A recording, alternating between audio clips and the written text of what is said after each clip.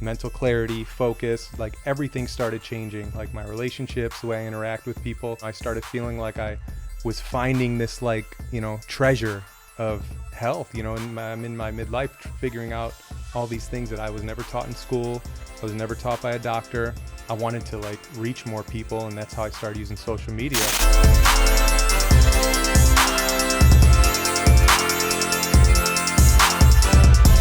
I know that you played basketball for quite a while, but early on, how did you get interested in health and fitness?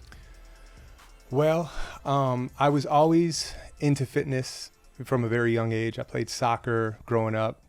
Then as I got into junior high and high school, I got competitive into basketball. Played high school varsity ball for years. I played travel basketball. I was going to Florida playing, Dwayne Wade we played against, and a lot of these old school cats. So I was always into fitness, but I always had GI issues. I always had something going on, and I'm Italian, coming from an Italian background. My mom was an amazing cook with a lot of bread, a lot of dairy, a lot of pasta.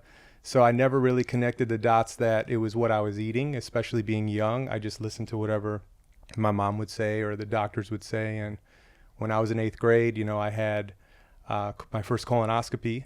And there was 8th grade. 8th grade. So, and there was Crohn's in my family, so my mom was worried because I was always either constipated or I had diarrhea, and it was pretty much every day.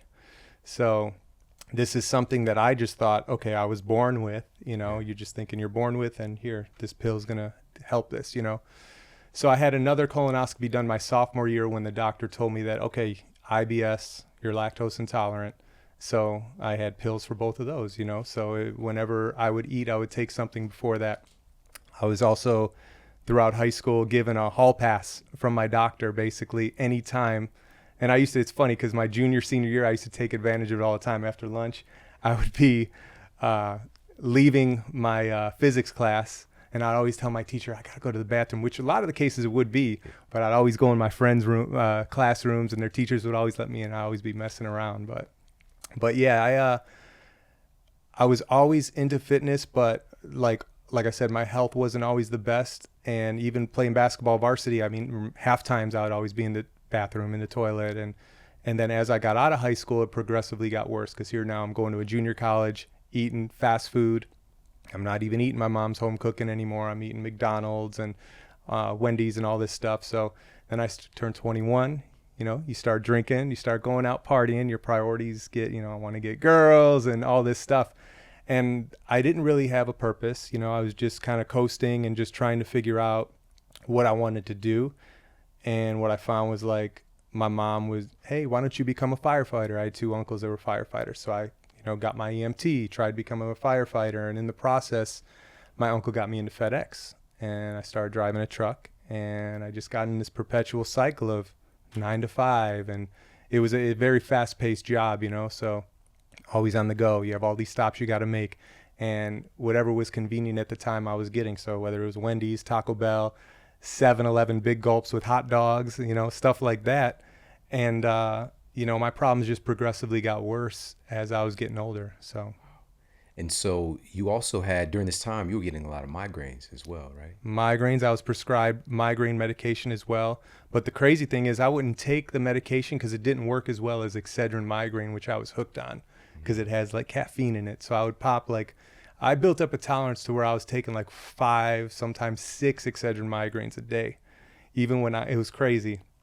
To the point my eyes are big right now if people Yeah. Can't see the video, but wow, that's yeah. nuts. So when I would work at FedEx, there'd be times when they would just come out of nowhere. I would never connect what was causing them. So I would be at FedEx, I would be at a stop and I'd feel it coming on. And it'd be to the point where I have to be in like a dark room and I'd get nauseous, sometimes throw up. So I would call my manager and I'd say, hey, I'm getting a migraine. And what they would do is what they call a sweep, where they'd have another driver come, take all your freight, take it to the airport. And it happened a lot of times, you know. So this is stuff that happened throughout my whole most of my teens, and progressively got worse in my 20s. And yeah, man, it was just a toxic cycle. And then it was pretty much Thursday, Friday, Saturday, Sunday, I was partying. After I was partying, going out and eating, you know, Chicago, you know, you go to Greektown, you go get pizza, you go whatever, big slice of pizza. And then I would try to recover Monday. And, I wasn't eating an adequate diet with good nutrition or anything. So I'd be pounding Red Bulls, Monsters, things of that nature to get energy. So yeah, man, very toxic cycle. Wow, man, you were pretty messed up. You were pretty Yeah. messed up. But here's the thing too: is you were caught in this vicious circle, and turning to people who we deem to be the health experts to help you with these issues, but walking away with another prescription, and also finding ways to self-medicate, self-manage, get yourself, just out there in the world and able to do stuff. But something happened, man. Something turned this whole story around, and now you're one of the healthiest people walking around, inspiring everybody. What happened? What was that thing that? So, it happened when I also want to add, like with the fitness, I was always into lifting, whether it was, there was times when I was, 225, but I was thick, I was taking Celtec and Hydroxycut and protein powders, but I never got the results I wanted. I never got as lean as I wanted. So I would spend hours at the gym, and it was always my diet that was messed up. So one day, I used to be hardcore into watching documentaries and stuff, like Food Inc. and stuff like that, but nothing really inspired me until I saw Fat, Sick, and Nearly Dead. This was when I was turning 32 years old. And at that time... Can you talk a little bit about what that is, that film? The film. So it's basically this guy, Joe Cross. He basically goes on a juice cleanse for 30 days, and he's on 21 medications, and he basically is off all medications by the time he's done with the documentary. In the process, inspiring people, like a lady, for example, that I resonated with who had migraines all the time to the point that I did. And then this other guy who lost like over 200 pounds. So I was like, wow, this is crazy. I never even understood there was a thing as juicing. Like when you say juicing, I thought it was like using a blender. I had a Ninja. That's what I used all the time. I didn't know there was a machine that separated the fiber and you're just getting all these greens and stuff, because I never ate vegetables. I never got greens. If it was like my mom making like a little iceberg salad with grape tomatoes and, Thousand Island dressing or, Right. Catalina or whatever. So to me, I was so intrigued. The next day, I'm a Scorpio. I'm kind of have like this very extreme personality where I'm like, I'm going to get that same juicer. Yeah. And I did the next day, went to Bed Bath & Beyond, bought the same juicer and started playing around with juicing a little bit. Wow. So right out of the gate, you jumped on board, but you're coming from primarily, the sad standard American diet, a lot of fast food, running yourself thin, going out, drinking, all the things. So when you saw this film, did it click instantly, or did you go through a little bit of turbulence first? It clicked instantly. However, I went through a lot of turbulence afterwards. So I went and bought the juicer, and that weekend there was a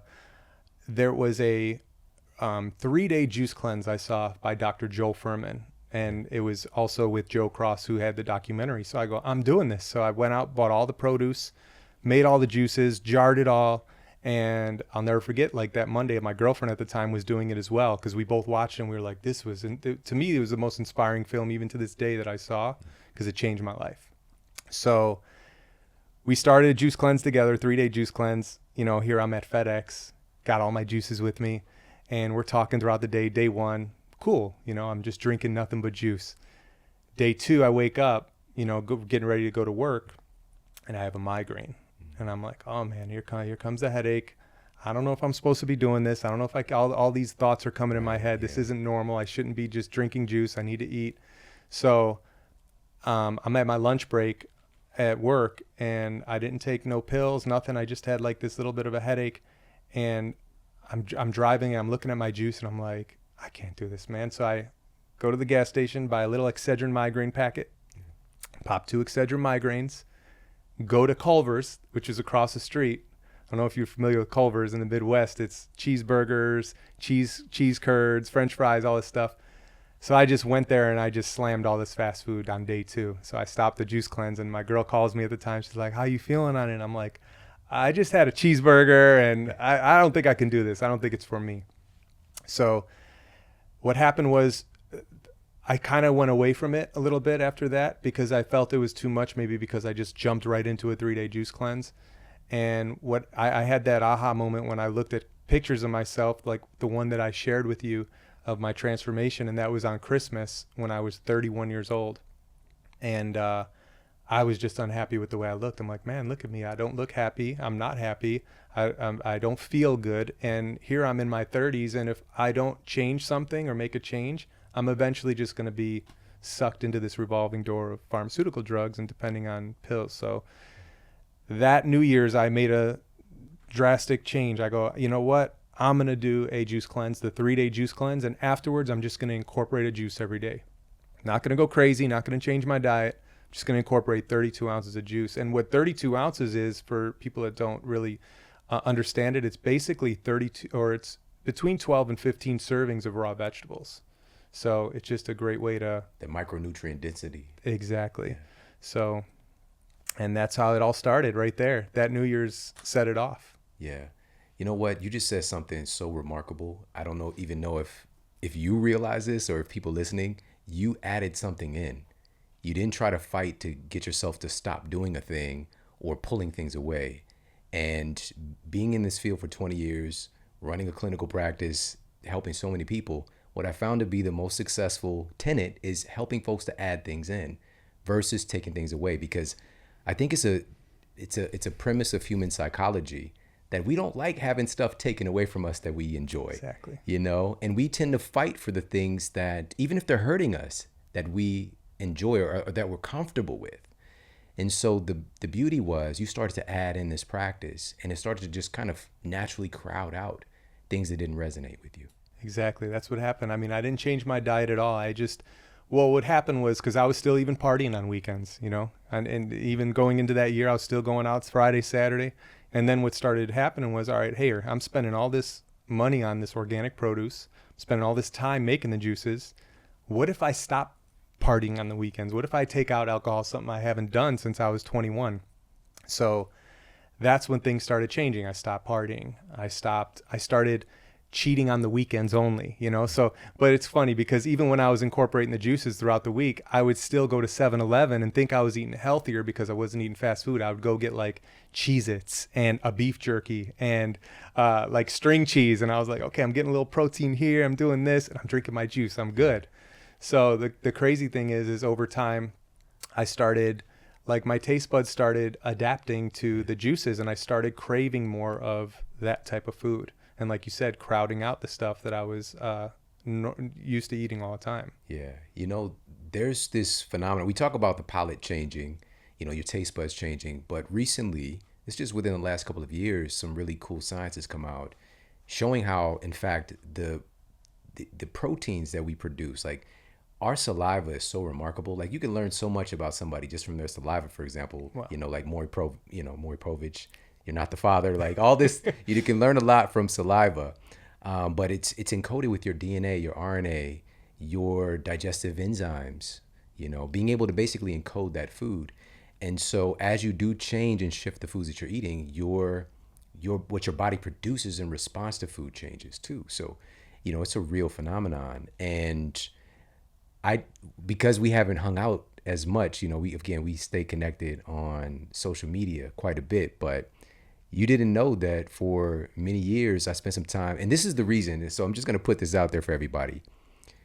I don't feel like you can speak from a place of true authenticity and integrity unless you've done the thing, you know? So running a practice, and there were so many different diet frameworks, I felt like I would be out of integrity if I'm telling somebody they can't do something based on my own experience if I've never done the thing. So I would relent to undertake all these different frameworks, and I would do it for long periods of time, like a year, 2 years, 3 years. Vegan protocol, raw food protocol, paleo protocol, keto protocol, you name it, I've done all of it. I tested it off on the number one source. You know, it might be anecdotal, but the number one source of discovery and experimentation is yourself. And of course, looking at the peer-reviewed evidence on each thing. And the crazy thing is too, you could find evidence to match up on any different framework, you know? And so it really helped to push away the dogmatic thinking that I had and open myself up to know, like, listen, everybody has unique needs. Everybody's different. Every human is amazing and beautiful. Let's find out what's best for this human right now, right here. And so one of the things that I did that really helped to shift, and like I said, we've got a lot in common, I didn't even eat a salad, not even that iceberg. Like it was never part of my food vocabulary. Like I just never touched it. And so what changed was I did a 21-day juice cleanse, a 21-day Wow. juice fast. This was in 2006, I believe, maybe 2005. So somewhere around that time. And my cravings shifted. The foods that I was attracted to, that same salad that would make me dry heave, over a trash can was now like the most incredible thing I had ever eaten, And the reason I undertook that, which we'll talk just a little bit about, which is I saw something phenomenal happen with somebody close to me, which was my wife. But we weren't married at the time yet. But, she had this very concerning health issue, and her mom put this protocol together, which she's my greatest teacher, truly to this day. And she had all these raw food cookbooks. They had wheatgrass in their house. I'm just like, what is up with your family? Why is there grass indoors? Never saw that before. And she put this protocol together for my wife, and she went back to see the doctor 21 days later, and they couldn't find this particular precancerous cells. And so I was just like, I didn't know that was a thing. I didn't know that changing nutrition to that degree, because I knew about it from more of a superficial thing, like, structurally can change you. I didn't know about like disease to that extent. And so I couldn't in good integrity tell other people about this without me doing it. And yeah, like you said, it deeply, deeply changed me. So I want to ask you about the thoughts that came up during that time, because I think that's an important part of it, is being able to listen to that internal dialogue and hear that voice that comes up that starts to talk you out of things or talk you into things. And how do you today help to manage that and communicate? Do you have some practices? Is it meditation? Is it something to be more cognizant of that voice that's always chattering around in our minds? Yeah, absolutely, man. Well, I'll start with just saying like how my diet kind of changed over time and how that changed the way I see everything. Yes. Because like I said, I started incorporating the juices, and it wasn't until like 3 months in that year, I read the China study and I got into being a vegetarian. And, I still had a lot of the problems I was going through with GI. And eventually that year, I also went vegan and got into raw foods. And it was crazy because even raw foods at the time, I was YouTubing like all this information about people who have gone through similar situations and all these success stories, and started getting recipes about juicing. And then I saw a guy make a video about juicing and raw foods. I'm like, what is he talking about? Like, is he talking about fish? Is he like, and then I'm like, wow, like that totally makes sense. So the following year I did a 21-day raw food cleanse.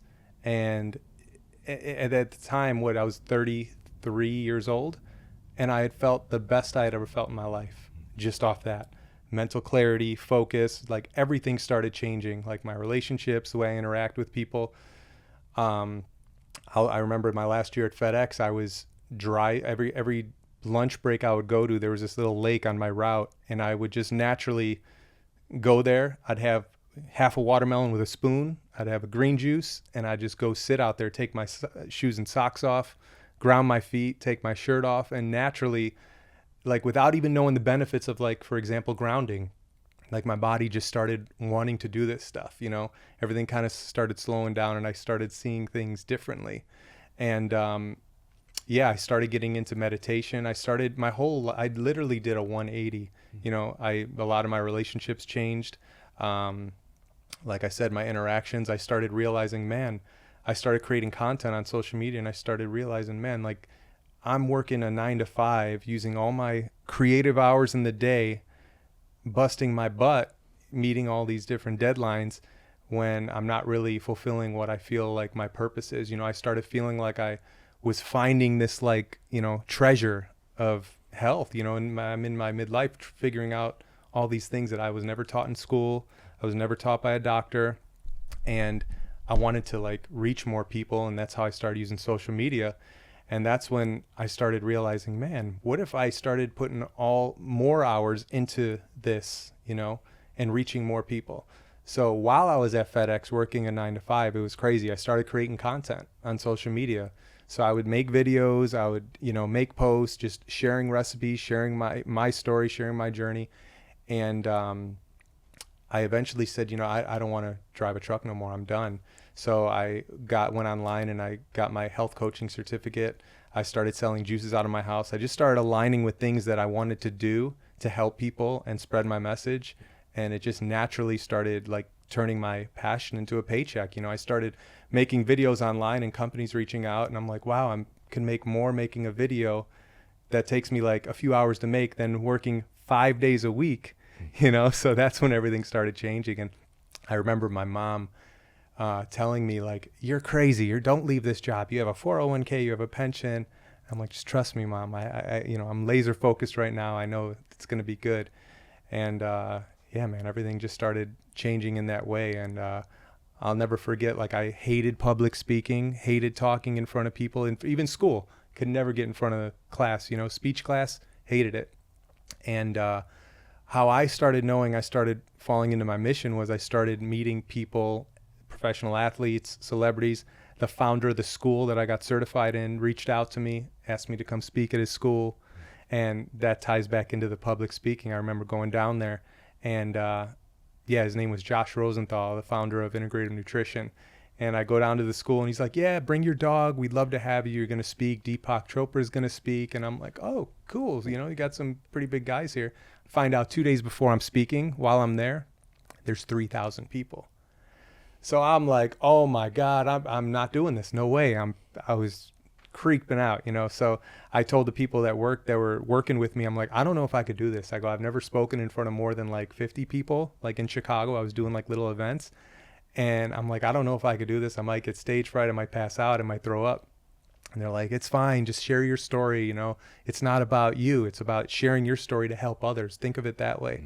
And I remember the night before going to speak, I was throwing up. I got sick and I thought I was getting like the flu. I'm like, man, I'm not going to be able to speak.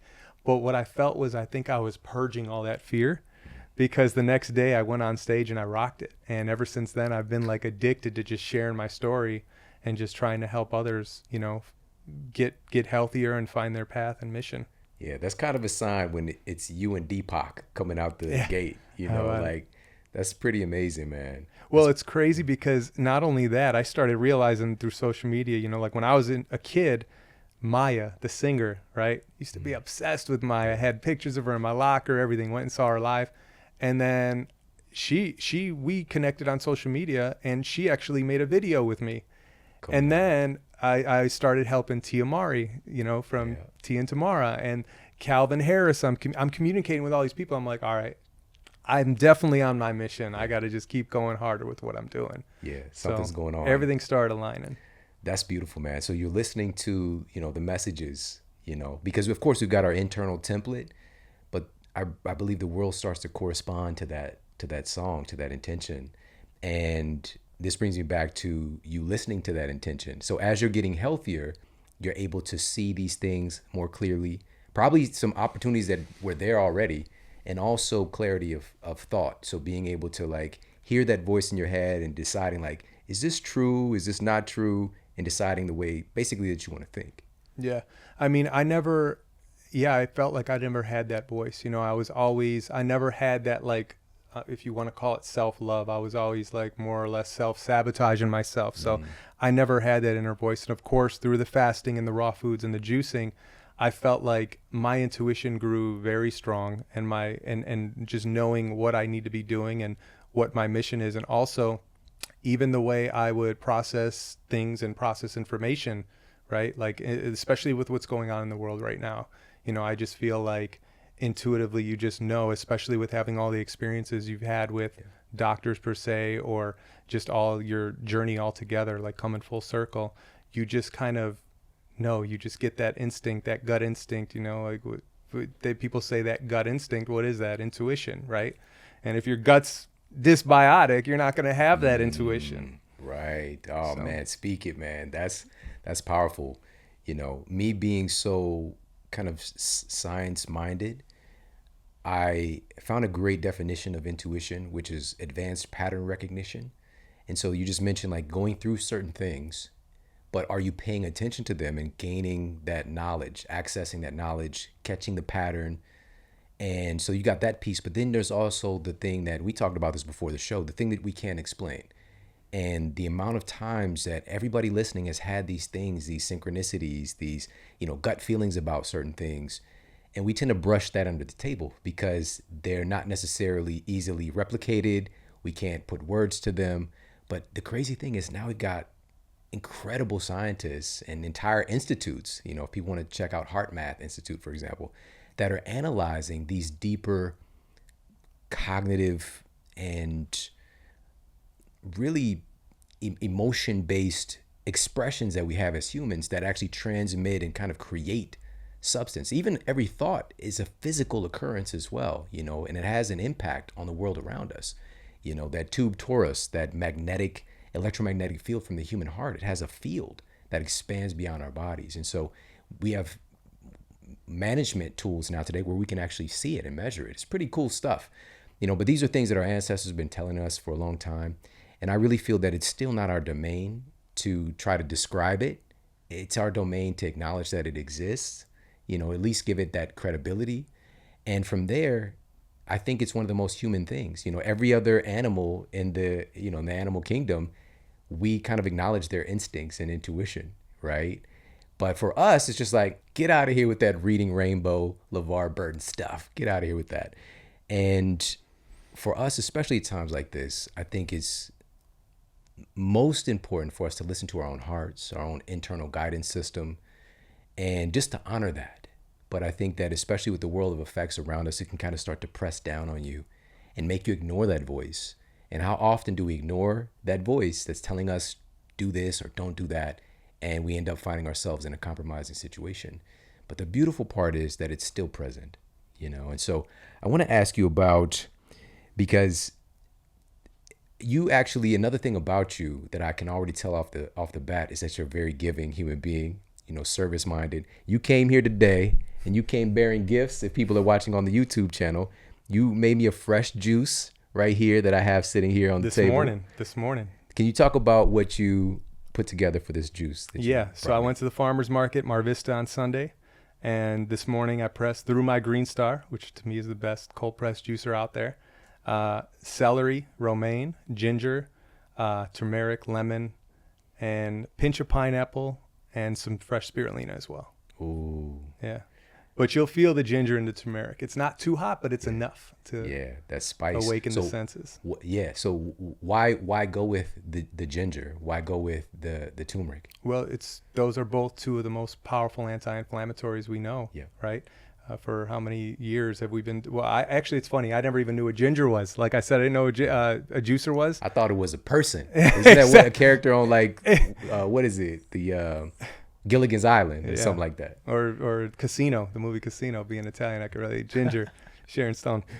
Yeah, but ginger's been a staple in all my juices, no matter what. I'm always throwing ginger and turmeric in there for inflammation and just even post-workout. You just feel you recover quicker. Sure. There are some real world peer-reviewed studies on ginger aiding in digestion. There you go. For example, and helping to kind of accelerate metabolism. It's really cool stuff. And also there's some aspects with ginger and that family that has some effects on a particular enzyme, hormone-sensitive lipase, that actually opens the cell, enabling the cell to empty its contents. If we're talking about burning fat, how does a process work? Hormone-sensitive lipase is kind of like that enzyme, that enzymatic key opening the cell to start the process. Wow. So cool, man. And now I want to ask you about this as well. If people are thinking about, hey, this sounds pretty doable. Let me look into this more and start this process. Let me start doing a fresh pressed juice each day. Coming from where I came from, and I think maybe it might be similar to you, but would we start off just having somebody knock down, some kale, spinach, celery, and ginger juice straight up? Or can somebody start a little bit lighter, maybe add in a little bit of apple, some celery? Let's talk about that. Yeah. So, it's funny. Even when I worked at FedEx, like the last year and a half, I was always bringing juices to coworkers, bringing juices to people, just letting them try it. And the funny thing is, 90 to 95% of the time, they loved it. They enjoyed it. They loved the ginger. Even there was a driver that was an alcoholic, and he was always like, "Man, you got one of those juices with the ginger, one of those swamp drinks," and I would bring it. But even with when I do my health coaching, you know, like you said earlier, I never tell them to try to change their diet. I never try them to do anything. I just try to tell them to add in a green juice. And I think the best way to do that is because none of us are ready to really, you know, you could say, oh, you got to go eat more fruits and vegetables, you know, and if you told me that in the beginning, I'd say, no, you know, like you said, my palate's not there. You can't just eat a salad unless you're throwing a really good dressing on it or something. So the beautiful thing about juicing is you could throw all these different greens, leafy greens, ginger, things like that, and throw like a pinch of pineapple or a Granny Smith apple to sweeten it up and make it palatable. And then you're kind of cheating the process, right, of getting all those micronutrients. So to answer that, I can say, I think you can do anything. You can throw a bunch of greens and just sweeten it with something that can make it palatable for anybody, you know? And I want to reiterate this point, of course, that number one, I think it's really great to just literally, you're kind of flooding your body with these micronutrients, you know, and it's in this liquid form, so it digests pretty quickly. And so keeping in mind the blood sugar management for yourself and what's going to feel good for you.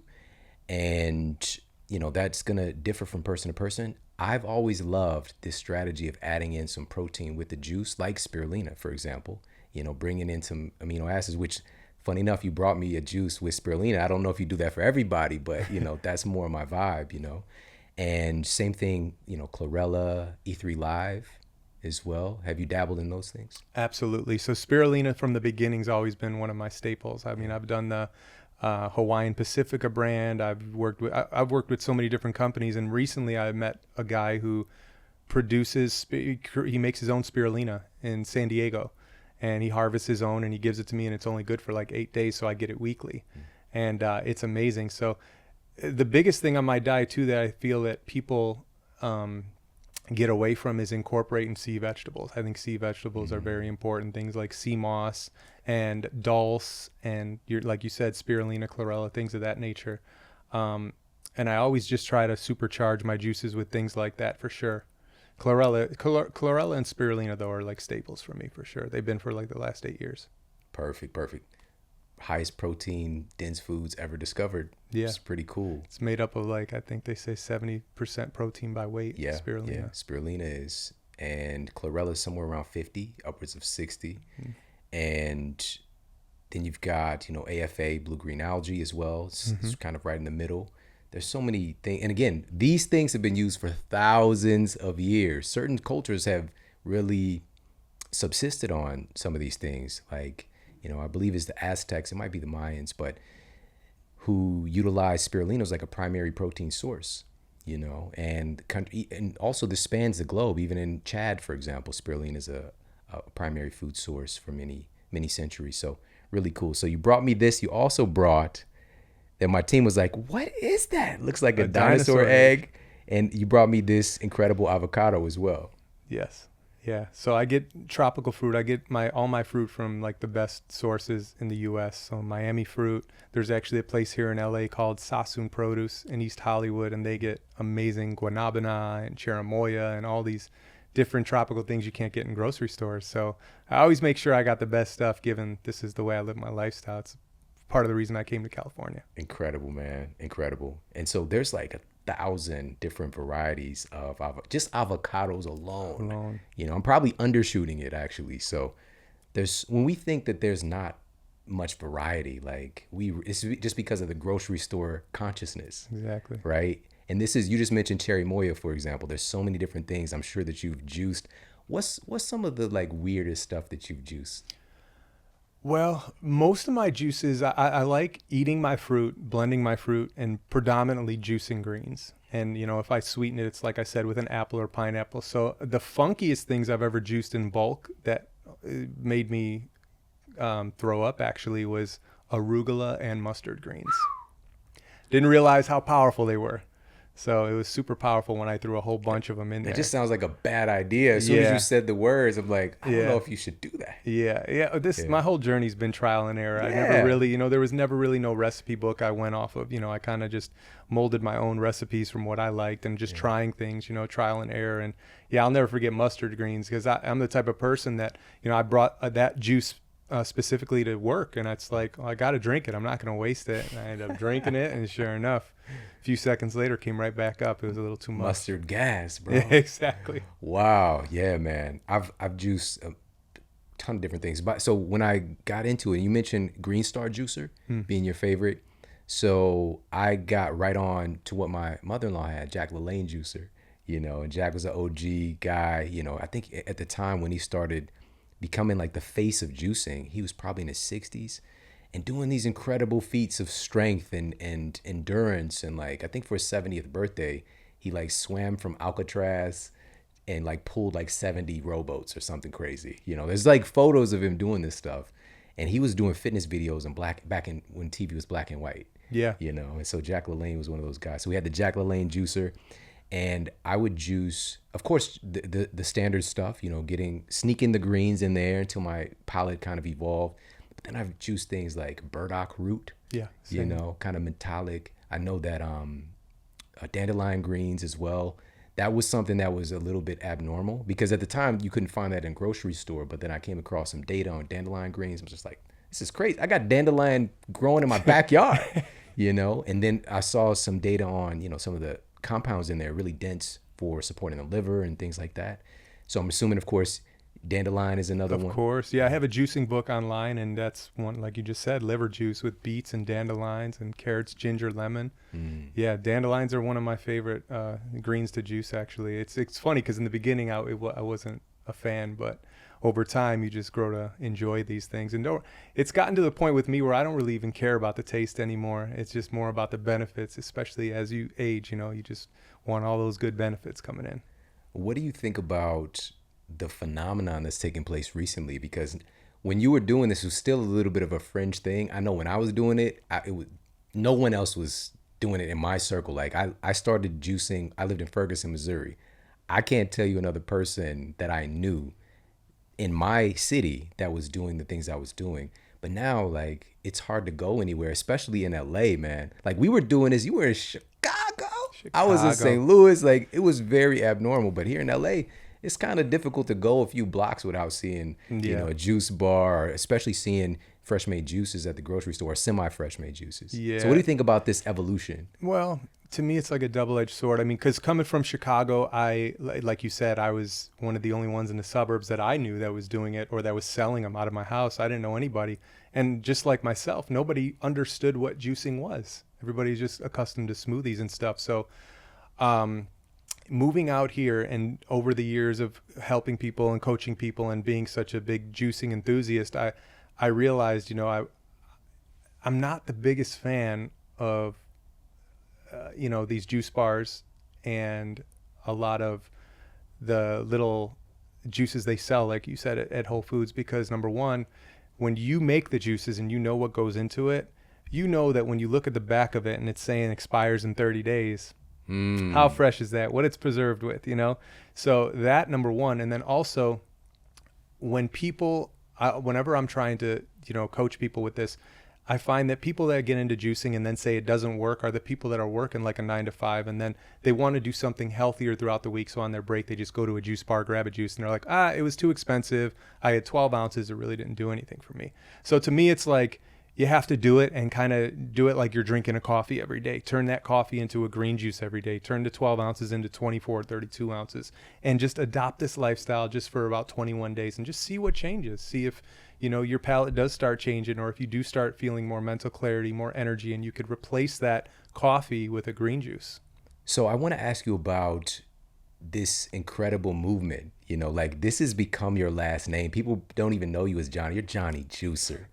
So creating this incredible platform and content, and you've got a little co-star as well. Can you talk about that a little bit? Talk about Noah.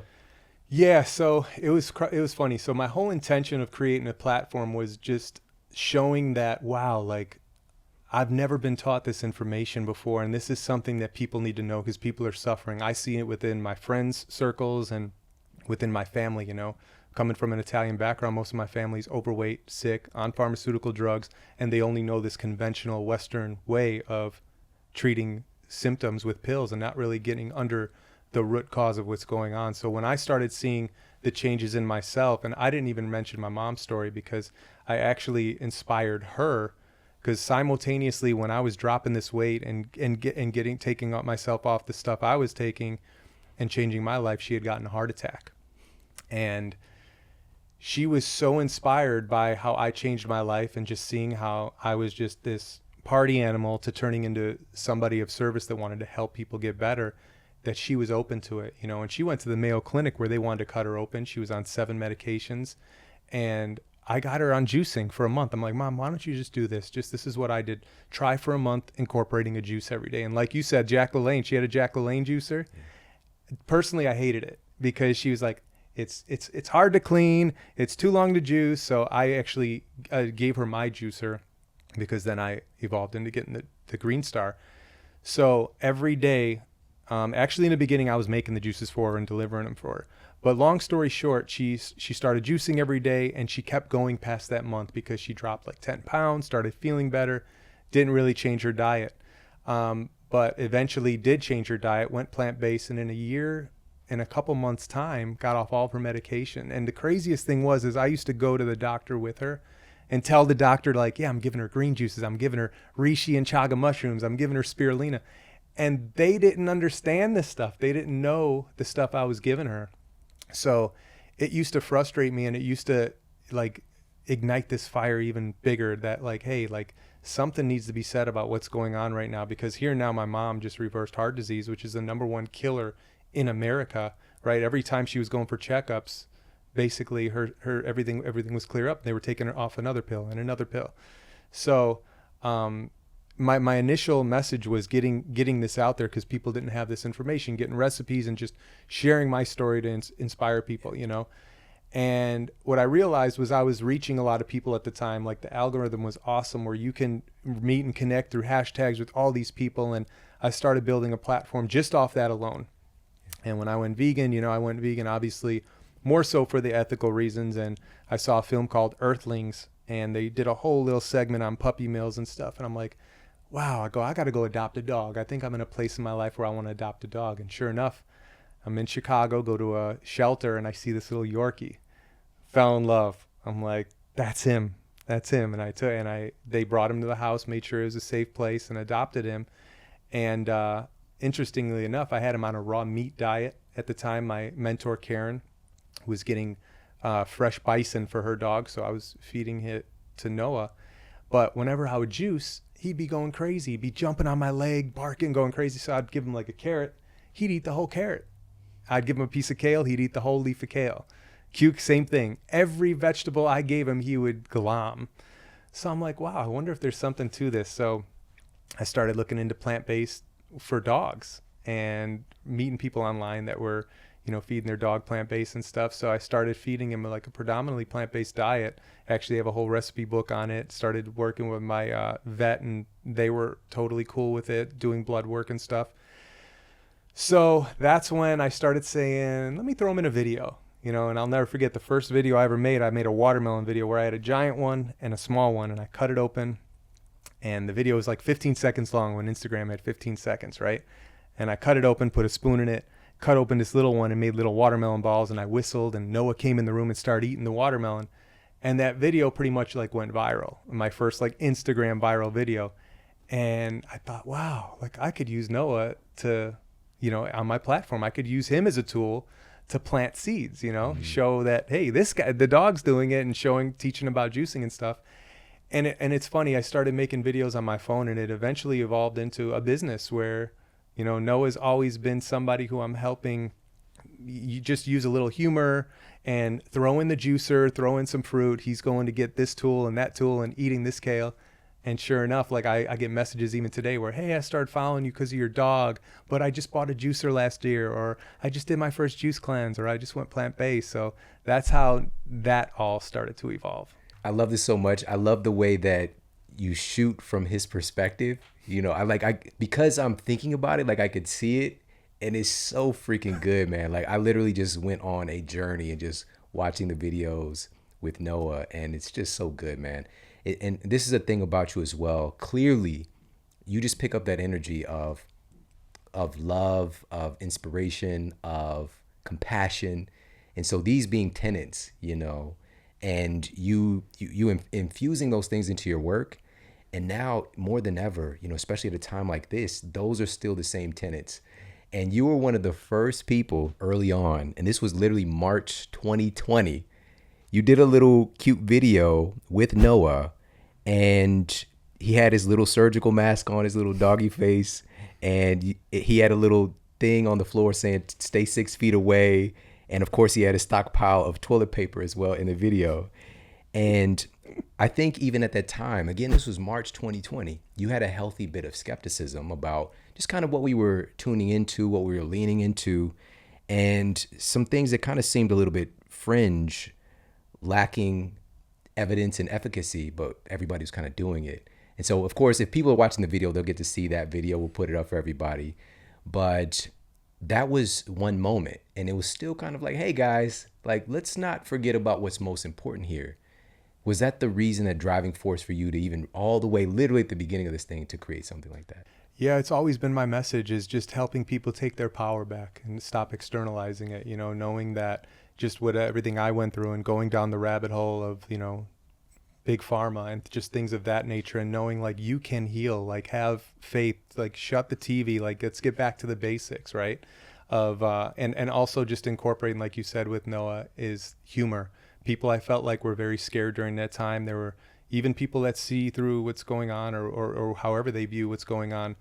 I felt like there was a lot of fear. It was just a weird time, and people needed that love, that something to laugh at. And I just tried to integrate videos with Noah in what we were approaching, you know, during that time. So I even made videos like take your flu shot, which was basically, you know, like a ginger turmeric lemon shot, you know, shut your TV, go outside, get some sunlight. Like I was just preaching all these different healthy things that you could do, you know, like just don't focus too much on all this stuff that's going to get you in this state of fear and ultimately, you know, make you panic and until we really see what's going on.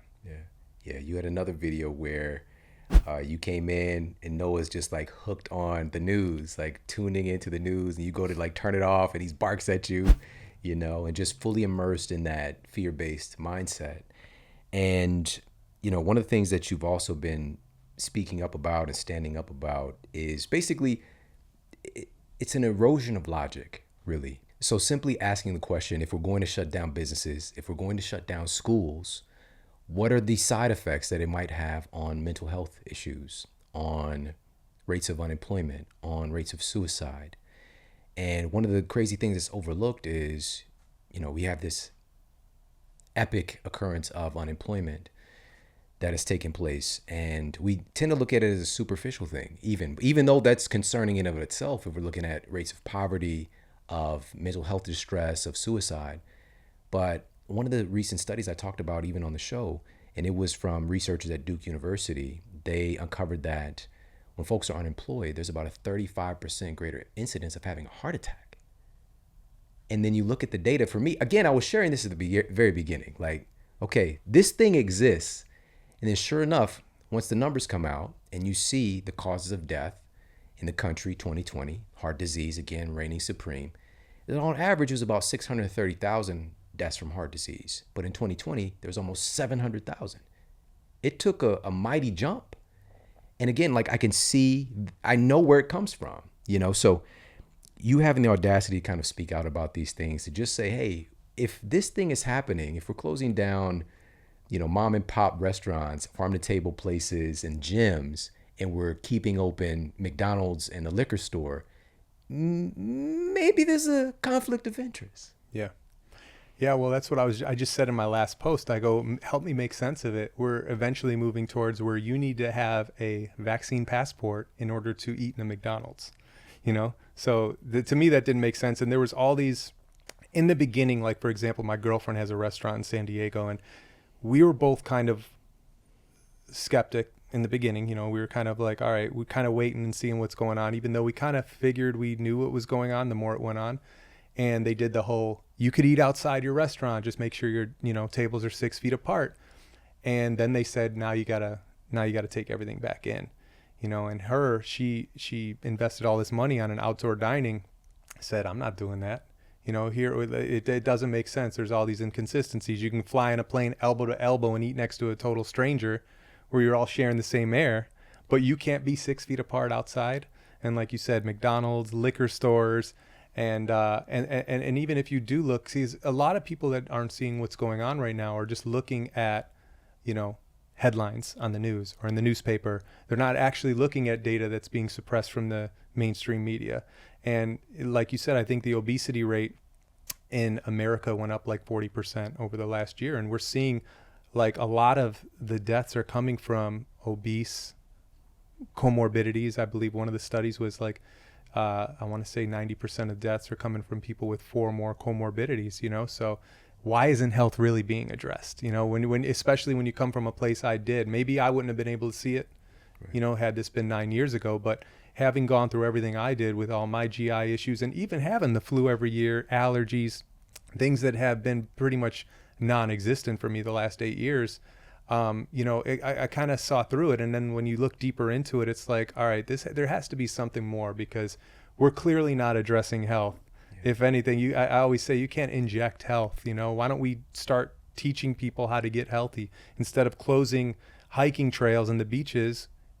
Have them get out in the sun. Vitamin D is everything. It's part of the reason I moved out to California, to have that year round. So. Yeah, having the caution tape around the parks, the playgrounds, and all these things. And, again, there's a healthy bit of uncertainty that we can have, being a little bit more cautious. But we also need to lean on the very principles of what make us human. Exactly. What are the things that our DNA requires for healthy replication, healthy expression of our genes? And as soon as we move away from those things, as a matter of fact, we create mandates that move us away from those things proactively. What do you think is going to happen? And so, yeah, what would be under the guise of this being? This is supposed to be about health, right? This is at its foundation, this is supposed to be a fear about human health. Why are we not focusing on health and actually getting people healthier? That's been my rationality. And I love that you said this, and I want to lean into this a little bit more.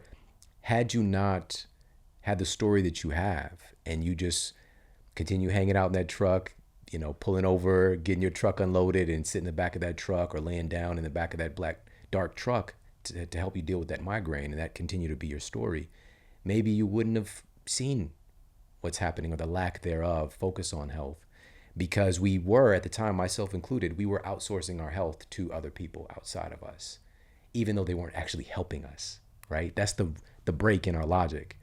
And so that being the case, since you know what's possible, I think that kind of lights a stronger fire under you to stand up and speak about these things. Of course. I mean, that's my passion. I feel like my purpose here is to help people realize the infinite potential that we possess, whether it's through diet, through, I always talk about like we can do so many things because people will say, oh, being healthy is so expensive. And it's like, you can go outside and get sun. You can go do breath work. You can go walk barefoot. You can go running outside. You can do all these things for free, So these are things that, like you said, it kind of angered me a little bit when I started seeing like we're not talking about none of this stuff. We're just there's this one size fits all with everybody, and it's funny because a lot of the people that I also see within this community of people speaking up are all health conscious, and they all have had something that's rattled them in order to help them drastically change their life. At least in my case, and the people that I communicate with, they've had drastic lifestyle changes because they've questioned, Western medicine or pharma or whatever it may be. And when you continually go down that rabbit hole and start following the money and seeing what the bigger picture, you start realizing like, hey, people are being deceived, and it's very easy to deceive people who are disconnected from themselves, from eating a crappy diet and just numbing themselves with Netflix and TikTok and all these other distractions we have every day.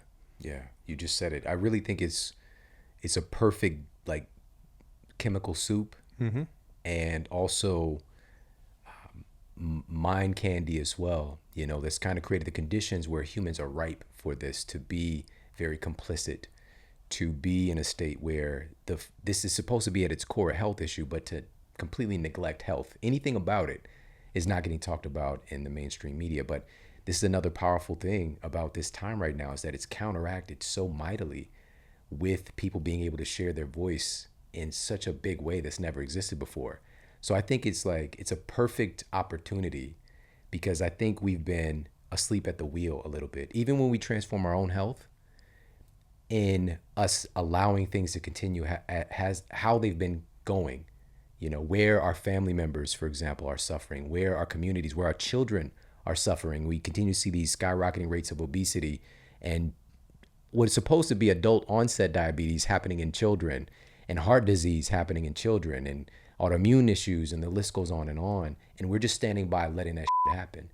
And I think that this is the biggest wake up call for us to really step up and to do something about this. Stop letting this stuff go on automatic, like it's okay, when it's not, especially for the people that don't have the ability to make a choice for themselves.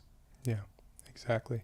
Yeah. And that's what we're seeing right now is, that's my biggest thing right now, especially with seeing like the children in the schools. I just posted something the other day where kids all in the school, all masked up, singing songs about how masks protect them. And it's like, is this what we're leaning towards, where kids aren't even going to know their immune system works? Yeah. And that we have to be a pharmaceutical byproduct, or, believe in masks as our savior? It's pretty sad. So that's why I think a lot of people, especially parents right now, need to stand up and see what's going on. But the problem is, a lot of us are so accustomed to living this life of accumulating all these issues and just, like you said, externalizing our power and just going to the doctor, and they just treat us. So a lot of people that are just obeying and complying with what's going on and getting the vaccine, or just getting it because they want to get back to normal. They want to, it's just they think this is really for their health.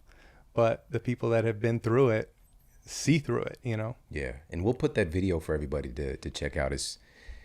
It's kind of heartbreaking. I wear a mask to school. Hi ho the Dario. I wear a mask to school. It helps to keep me safe. It helps to keep me safe. And again, there can be a level where these things, I'm open. And I know this is the thing about you too, is like, it's not that we're neglecting these things are possible entities that can be helpful, whether it's a mask in a certain context or a pharmaceutical medication. Everything has its place. But when we start to jump to those things first, and as a matter of fact, these things are propped up and become mandated as the things that are effective, when the data just doesn't. By the way, if this is the first episode you're listening to by chance, go to themodelhealthshow.com/mask facts. And have a field day on all the studies, because I've broken it down to the nth degree. And looking at this indoctrination, what happens with our children is, again, they start to see other people as threats we have to protect ourselves from. They start to not understand or trust in their body's ability to protect them, their immune system, which has billions of years of evolution, versus this thing that, Malik made, at the factory. Just, what I mean? Like, come on, like, what are we doing? Like, this is basic stuff. Not to say that it can't be an adjunct in a certain context, but for our reliance and indoctrination that these things are the solution and the way forward, especially for our children who are so like, Santa Claus is real, And by the way, earmuffs, kids, if kids are listening. Not saying that Santa's not, but they're so impressionable. And we have no idea the havoc that is absolutely, man, it's hard to talk about. That's really breaking our children down before they even get a chance to get started, and being disempowered and not having basic understanding of their own sovereignty and the miraculous nature of the human body. Like, the reason that we're here is because we've adapted, we've adjusted through nature, and that's where I would see our reliance. But right now we're living at a time where we're trying to basically supersede nature, and we can outsmart nature, pharmaceutical intervention, whatever the case might be, and ignore the nature part, which your cells are screaming for, the things you've been talking about. Sunlight is free. You mentioned grounding or earthing a couple of times, and I want to reiterate, I even talked about this in my book, Sleep Smarter, because I couldn't leave it out because the data was so eye-opening and being able to work with scientists on this, but seeing that simply getting the human body in contact with the Earth's surface, all these free electrons, like the human body just kind of picks them up. And it makes sense knowing that we are part of nature, but we're so disconnected from it. But anyways, one of the studies that I shared in Sleep Smarter had to do with folks grounding and having a decline in cortisol in the evening, right? Literally bringing down your stress, helping to turn off that sympathetic fight or flight nervous system just by getting in contact with the earth. But that's so outside of this cookie cutter paradigm, it could sound a little bit weird, so sunlight is free.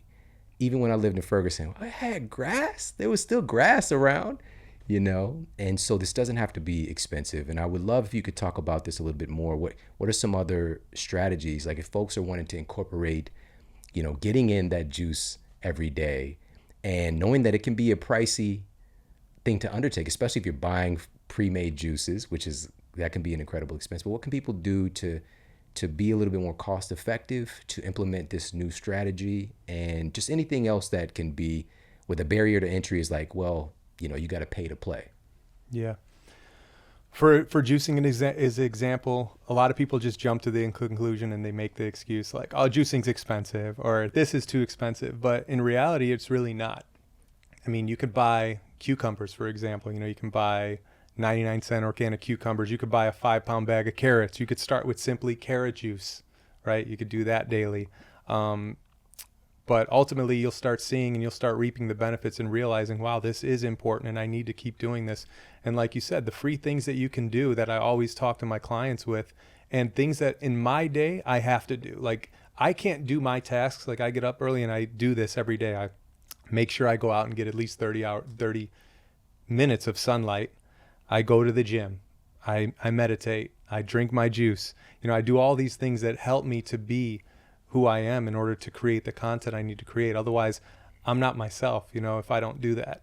And sometimes I even look back at content I create and I'm like, what was I thinking when I made that? Or how did I make that? Or what were my thoughts? And I really believe it's because of the lifestyle I live, and then also my faith, obviously, that helps me be kind of like a vessel to put this positive message out there. So again, it's just getting back to understanding that there's so much you can do, so many healthy things you can do that can start your journey, and you don't have to just think, oh, this is way too expensive or it's going to be an inconvenience. It's what we got to do is start prioritizing. We got to start prioritizing what's important. Yeah. Because to me, what was important, my old priorities were going out, girls, buying nice clothes for the weekend, and when I started changing that and shifting that, and instead of buying a new TV, it was, getting the best food I can possibly get, because ultimately, if you're not feeling good, to me, your health is number one. If you don't have that, you have nothing. Yeah, facts. So should people be going to Whole Foods to get their veggies if they're trying to do things on a budget? The funny thing is I mean, if you don't have access to farmers markets, or if you don't have connections with farmers like out here in California, when I lived in Chicago, there are little stores that, organic is becoming more popular, right. Just at the basic chain stores. Basic chain stores. There's in Chicago, there's a place called Caputo's that, and then you make connections with these people and they give you discounts. You buy a box of bananas, you can get them for like $15-20, If you buy greens, it's pretty cheap. Even out here, Smart and Final, there's an organic section, all these places. So, and it's normally cheaper than Whole Foods. A lot of these places are a lot cheaper than Whole Foods now. So yeah, it's just basically going out in the store and looking in that organic section, because I don't recommend people ever juicing it unless it's organic. You don't want to be concentrating all these chemicals and pesticides, herbicides, and all this other junk. Yeah, thank you for making that point, man. Yeah. Last thing I want to ask you about is also, well, there's two things. So number one is, I would imagine that investment in yourself and getting out of that mindset that this is too expensive for me, and letting money be a reason that we don't do something that we feel called to do. I would imagine that investing in yourself probably is going to come back tenfold or more in success, in health, in revenue or access, because I would imagine today you're getting access to things. Probably people are just giving you all kinds of stuff that back in the day you would have been paying for simply by you investing in yourself. So that's number one. So I want you to talk about that. And number two, if you could mention the time requirement, You know, because that's a big barrier to entry as well, is like the time juicing and cleaning the juicer and all those things. Yeah. Yeah, it's funny because from the very beginning of my journey, it was rough, man. It was like I was always hustling, whether it was making juices, health coaching. I mean, there was times I'd have 5 clients a week, and creating content and doing all these things. And like you said, it does come back because you realize this is service. You know, this is service for people to have inspiration, to get healthier, to help believe in themselves. And yeah, being in California, I mean, like I said, I have companies that send me the best fruit I can, get a hold of. I have access to all these farmers that are giving me great deals. And ultimately it's like this cycle, man. It's like I'm getting all this stuff, but I'm giving it back as well. Yeah. So, and the time requirement, I think it comes back to prioritizing, like back then I would have never, before I saw that documentary, if I would have saw a juicer and saw the time that went into it, I would have said, no way am I doing that. But, I guess I had to have that breaking point. And a lot of people do. A lot of people don't drastically change their life unless they get a diagnosis or they get something drastic happen or somebody close to them dies. Then they start looking into alternative things to do. And when you start seeing the truth in it, that's when you start prioritizing, like, hey, this is number one for me. I'm making sure every day for the last 8 years, juicing is a staple in my diet. No matter what I do with the rest of my day, I'm making sure I'm getting 32 ounces at least a day. I'm making sure I'm getting outside and getting sunlight. I'm making sure I'm getting movement. So, and like I said, once you start applying these into your daily regimen and seeing the results and seeing how much energy you have to do whatever tasks you have to do and seeing how much more clarity you have to get these mental downloads to be more creative, whether you're doing content or whatever it is, that's when you start seeing, okay, my priorities need to shift a little bit and this needs to be what I need to be doing instead of watching this new episode on Netflix or, whatever it might be that's distracting us. Yeah, because we have time. Most people, you've got time. Yeah. But a lot is getting outsourced to these other things. And the crazy thing is I saw a study, I don't remember where it came from, maybe we could look it up, but it said the average American watches 4.5 hours of TV a day. Yeah. I don't watch TV. So, I mean, imagine if you take those 4.5 hours and what you can do with that. So, and I don't believe in excuses, man. I mean, like I said, I worked a 9 to 5, busting my butt at FedEx while creating videos with my little guy in order to help me get to where I need to be, so. Yeah. If there's a will, there's a way. I was literally about to say that. If people could hear that I had a W set up for me. Your mouth. I saw your mouth. Yeah, like, what? Yeah. But I was going to say where there's a will, there's 10,000 ways. Yeah. So many. And that creativity, you are an expression of that. Your heart shines through in the work that you're doing. And that's why, one of our recent messaging back and forth, I was like, no, that's it. We have to connect. You come on the show. And it's been such a joy having you here, man. Can you let everybody know where they can connect with you? You've got to follow Jonny on Instagram, of course. So let everybody know where to follow you. Yeah, you could. My website is johnnyjuicer.com, and all the social media outlets are through there. You can, if you want to get a health coaching, if you want to get some health coaching, you can go through there. But my main platform is Instagram. So it's Jonny_juicer, Jonny no H _juicer. The double N. The double N. So JONNY_juicer on IG. Man, thank you so much for coming to hang out with us. Man, thank you. So grateful, man. It was a pleasure. Hey, if you like this video, make sure to check out this video right here. As we've commercialized and as we've capitalized, there has been places along the way where we've chemicalized these things. And so as we use them, there are things we're using every day that are actually undercutting us and our health.